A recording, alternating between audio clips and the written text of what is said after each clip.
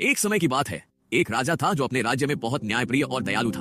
उसके महल में कई नौकर चाकर थे, लेकिन उसका सबसे प्रिय एक बंदर था।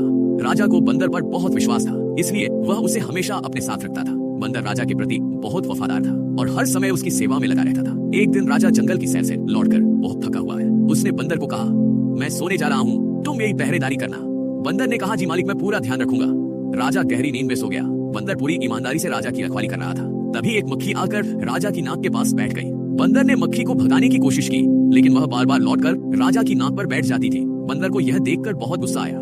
उसने सोचा कि मक्खी को मारना ही सबसे अच्छा उपाय है। बंदर ने पास पड़ी एक तलवार उठाई और जैसे ही मक्खी राजा की नाक पर बैठी, उसने मक्खी को मारने के लिए तलवार से जोर से वार किया। मक्खी तो उड़ गई, लेकिन तलवार का वार सीधा राजा की नाक और सिर पर लगा। राजा की मौके पर ही मृत्यु हो गई। बंदर की मूर्खता के कारण राजा की जान चली गई। दोस्तों, कहानी की सीख यह है कि मूर्ख और अज्ञानी मित्र से समझदार दुश्मन कहीं बेहतर होता है।